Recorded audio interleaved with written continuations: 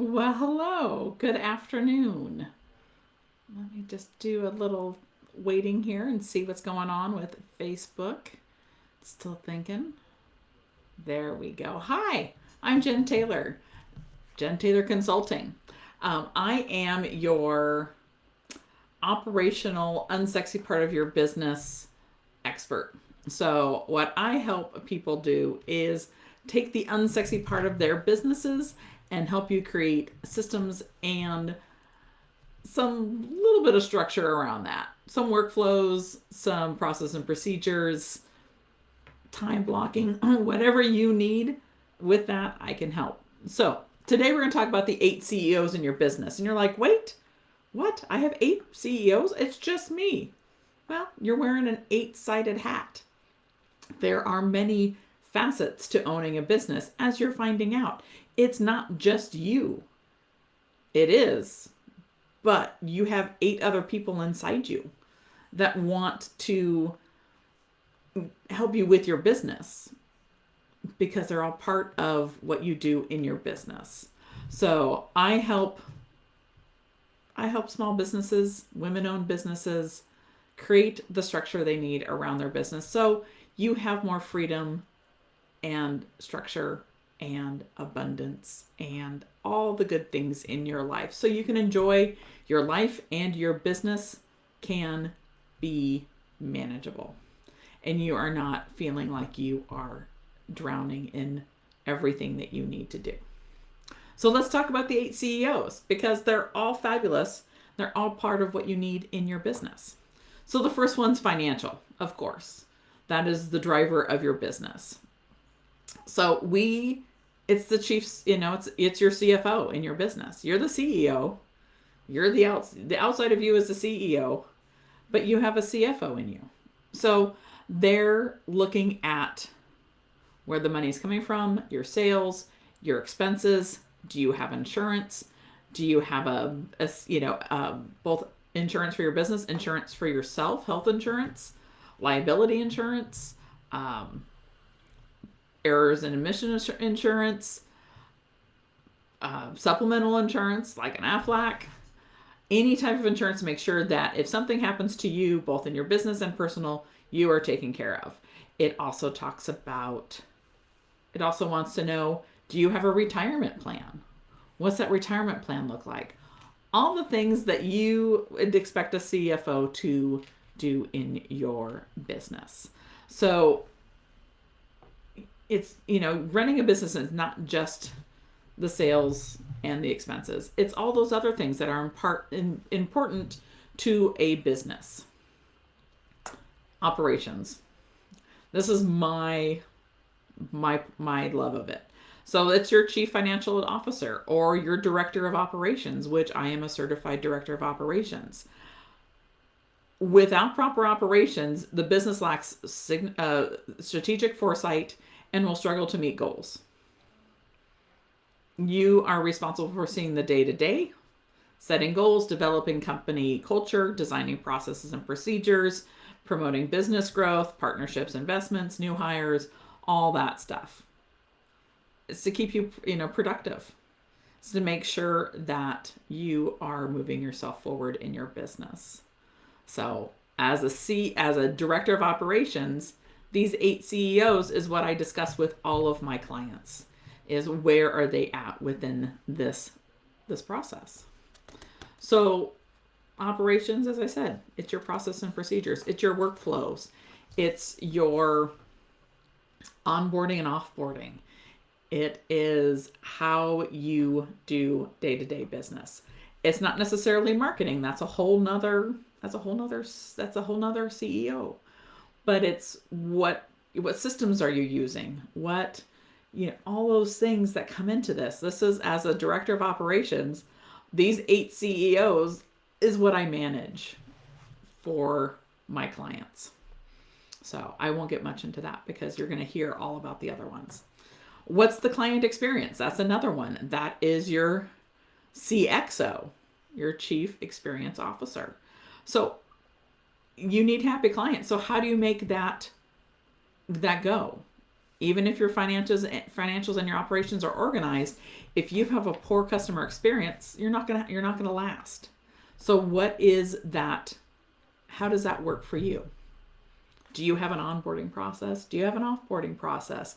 Do you have a complaint process? Do you let your clients know how to continue working with you after they're done? Do you have something that says, hey, here is the next step? The client experience is also setting your boundaries and your expectations. Because believe me, they want to know those things. They don't want to fly by the seat of their pants either. They want to know that they come to you, that you are the expert. And if they feel like you're not, they're going to be a lot more difficult to work with because they're feeling uncomfortable in working with you. So they want to micromanage you because you don't have a process in place.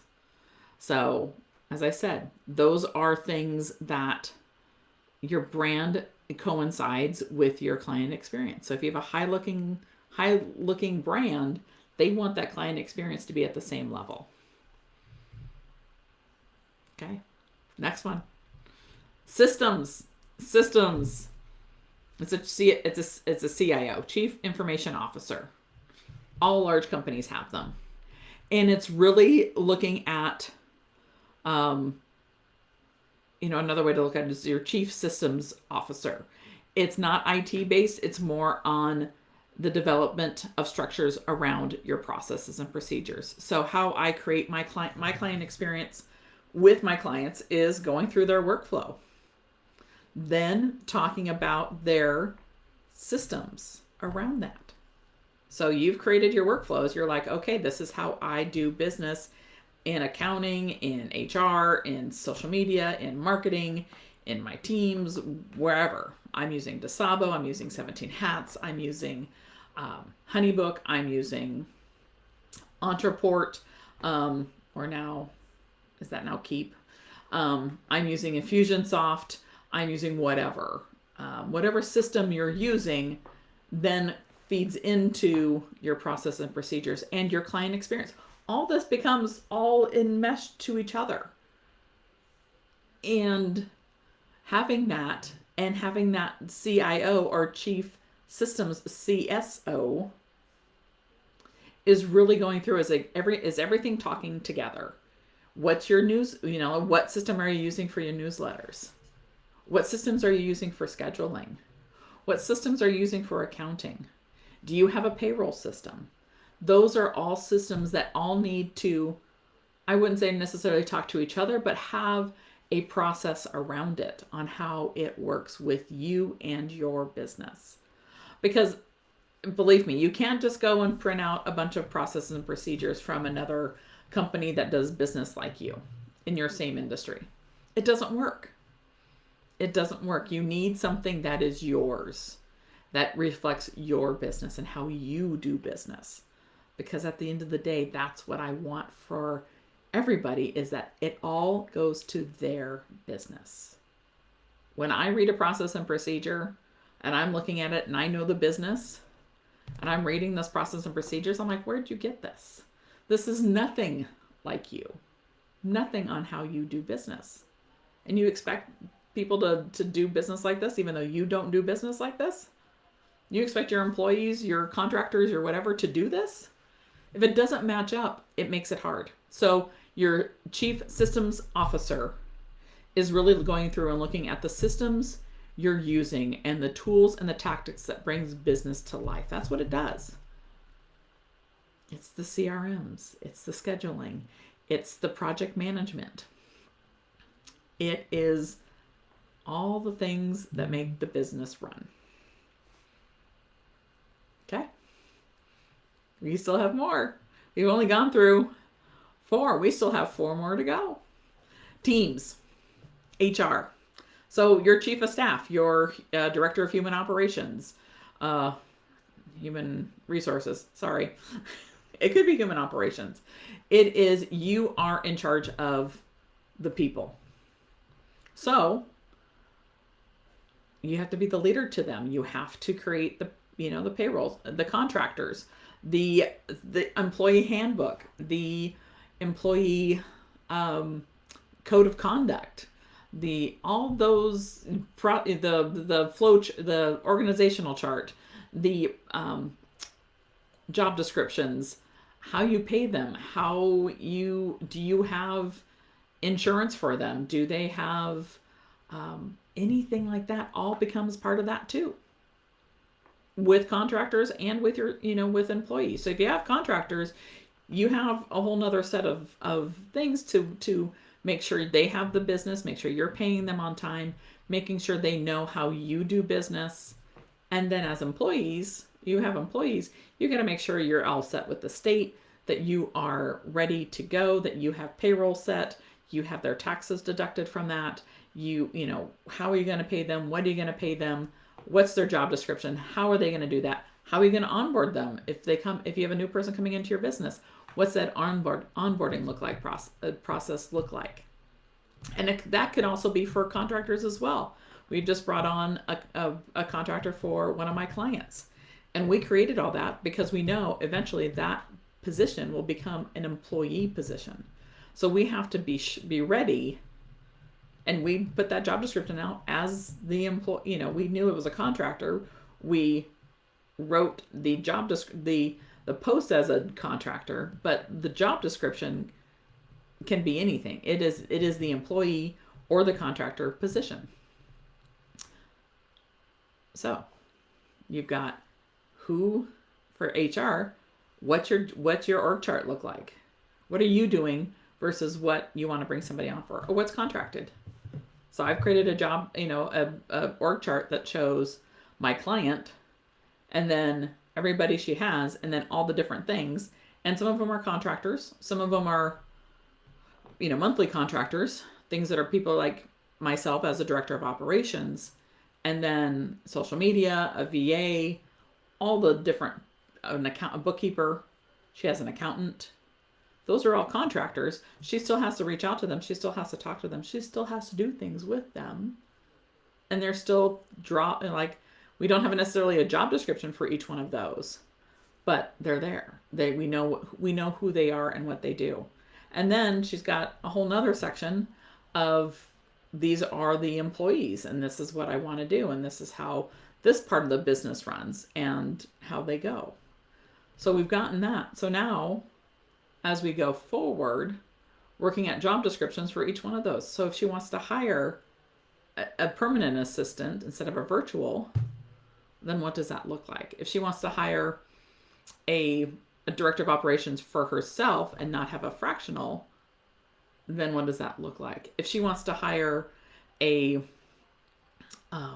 full-time, accountant for her business, what does that look like? So all those things, that's how businesses grow. So once you get that, then you're like, okay, job descriptions. Okay, what's the training what's the onboarding look like? And what's the training look like? There's a whole nother binder for, employees. And how to hire them and fire them and how to keep the paperwork going. So that's in your head as well. So you've got to know those things. So then it's what you came into doing business for. It's what you offer. You're like, hey, I'm going to do business. I want to offer this. Well, you have, but you also have now this is CEO number 5 in your business. You're putting, you want to know what you're going to offer, how you're going to offer it. What's the price point? It's the chief product officer or the chief service officer. You're designing and you're developing and you're managing great offers. You're marketing those offers. So now you're going back and saying, okay, chief client experience officer, CXO, how are we going to offer this? How are we going to do this? What's the visibility? That's the next one, is your chief marketing officer. So each one kind of sometimes can lead on top of the other. So you've got these products and offers. So now you sit down next to your CMO, your chief marketing officer, and go, hey, marketing officer, we've got these great products and these great services and this great whatever. Now let's figure out how to market it. How to price, what's the market going to bear? What's this going to do? How's this going to, what, is there anybody else doing this? What's going on? All of that. So you are literally having discussions inside your head. I know I do, or at least on paper, that talk about all these things. So visibility, again, chief marketing officer, you have your offers. Now you've got to market them. So how are you going to do that? Is it through social media? Is it through word of mouth? Is it through stores? Is it through, what is it? What are you doing? And how are you going to do that? And what's the plan around that? What's your content? I mean, look at visibility. Social media is a huge part of that. What's your social media plan look like? What does that content look like? How are you going to send out that content? How are you going to people get on your mailing list? Those are all things to be thinking about. Like what's my irresistible free offer, or who's my ideal client? All those things go under your chief marketing officer. And your ideal client should already be created before you create your products, because there's the ones that are going to want them. So, okay, so now that's 7. And here's 8. Yourself, your personal growth, your training, what you want in your business and your life, because your business needs to support you. So what's your passions? What do you want to learn? What do you want to grow in your business with? You have a master's group. Do you have an accountability partner? Do you have those things that can help you with your own personal growth? You know, mine, I've got a couple that I've been terrible at. I started off really well, just like most, beginning of the year goals is to cook out of a cookbook, a different cookbook every month. Doesn't have to be the full cookbook, but I'm doing a recipe a week or maybe 2 out of a cookbook, and maybe multiples to see what's out there. Change up my menu, my normal everyday things. I'm like, I'll just cook this tonight. What's that? Do you want, now that we can all get together again, one of my goals from beginning of 2020 was to have dinner parties at my house, to enjoy my friends, to have these little, get-togethers. And so that put a kibosh on it, but we still figured out how to do that outside of course, being outside. In the freezing cold and rain here in Seattle. I mean, if it was a pandemic in the summer, it would have been fabulous. It was, but we're still very nervous about all of that. So, but yeah, what's what's going to fill you up as a person? What are those goals for you? Another one is mine is to get out in the trailer in Moonlit March, to get out and do photography. I love taking landscape. So get and learn be out more with my camera. So what are those personal things as well? Because that is a huge part of grounding yourself in your business and being able to do things outside of your business that gets your mind off of what's going on. Because sometimes those ideas come best when you are not thinking about your business 24/7. And letting yourself rest, because it's a huge part of running a business, is you can get yourself burnt out fairly quickly, and you need to have that rest time. And what does that look like? So I'm going to recap the 8 CEOs for you. So you've got your chief financial officer, your financials. You've got your chief or director of operations is your next. You've got your CXO, your chief experience officer. So what's your client experience look like? Your CIO or CSO, your chief systems officer. Your chief of staff, director of HR, whatever you want to call that, VP of HR. But they are a huge part. They're coming to the table. They want a seat at that 8-person table. Your chief product officer, what's your products and offerings? What's your chief marketing officer is like, hey, you got those products and offers, let's go market it. So you got marketing. And then you've got yourself as a person, as a human being that needs to have some downtime. And that is yourself. That is your personal growth. So those are the 8 CEOs. So with that, I would love to talk to you about your business. And this is what I love to do, is to sit down and discuss what is going on. So if you'd like to sign up for a clarity call, I am actually giving one away. If you sign up for my newsletter, I'm going to put the link here in the comments. And I would love to talk to you. If there's any questions you guys have, I know this is a new group. and I would love to be a resource for all of you. A little bit about myself. I have not done a full introduction. Is I'm Jen Taylor. I've been doing wedding planning for 17 years. And before that, I was in operations. I was in operations for accounting, and operations for cell services for cellular company. I made sure we knew what, when, and where all equipment was at any given time in our warehouses. So I did a lot of warehouse work, and then I got into wedding planning. So, and that's a huge project management skill in itself. So I had a team of 4 planners at one point, and we were very successful in the Woodinville, Seattle area. And I wanted to get out, and I had a very unfortunate way to get out. And my life pivoted very drastically when my husband unexpectedly passed away in our home. So with that, I took everything I could, finished up what I had to do in my own wedding planning business, and then start with the operations. And then 2020 hit. So I love to talk about business. I love to talk about other people's businesses, and be involved, and be, I think I said in one video, I want to be your business best friend, your BBF, and have that communication and have that relationship. So as I said, I'll throw get on my newsletter and get put into a drawing for a free clarity call. And I have lots of other offers. I will throw those in as well. And as I said, just reach out to me on, whether it's, I would love through this group. So if you want to put a comment down below, I'm on Facebook. I'm not necessarily on Messenger, but if you put everything in the comments, or tag me in a comment in this group, I will definitely respond. So everybody have a great Thursday. If you're in the Seattle area, it's going to be a lovely weekend, so get out and enjoy. I'm heading over to do a little wine tasting in Walla Walla, so that's super fun. And I will talk to y'all later. Bye.